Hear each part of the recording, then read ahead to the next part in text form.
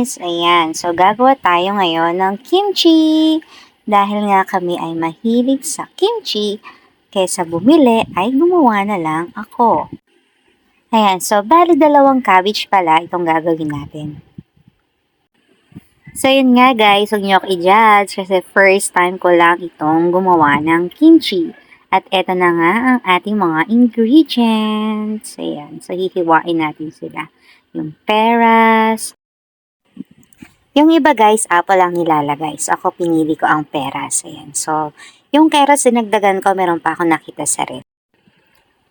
At minekos-mekos na nga natin yung bawang, luya, red pepper, and saka sugar, yung peras.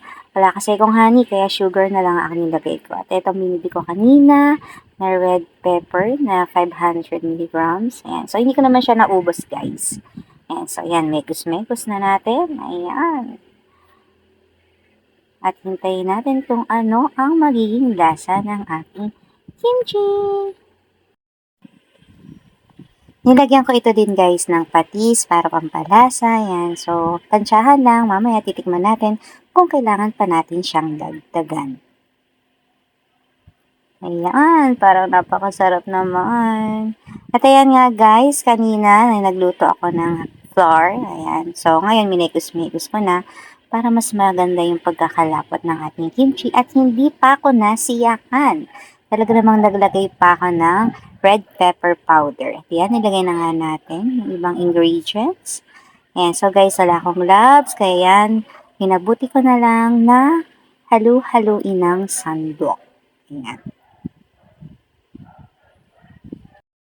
So ayan guys, sinek ko na rin yung cabbage kung okay na siya, kung pwede na siyang imekos-mekos dito sa ginawa nating sauce ng ating kimchi. Ayan, so after 30 minutes, tingnan natin. Ayan, na okay na yata siya, kaya minekos-mekos na natin siya. Kanina guys, nilagyan natin yan ng asin, saka ng konting water. At pinisa-pisa ko siya talaga. Para guys, hindi siya masyadong matubig, diba? So ayan, mekos-mekos, mekos-mekos. Sana maging masarap to. Maging matagumpay ang paggawa natin ng first time na kimchi. Ayan, make sure lang guys na lahat ay malagyan natin ng sauce na talaga namang kapit na kapit sa ating cabbage. Ayan na ang ating final. Kain na!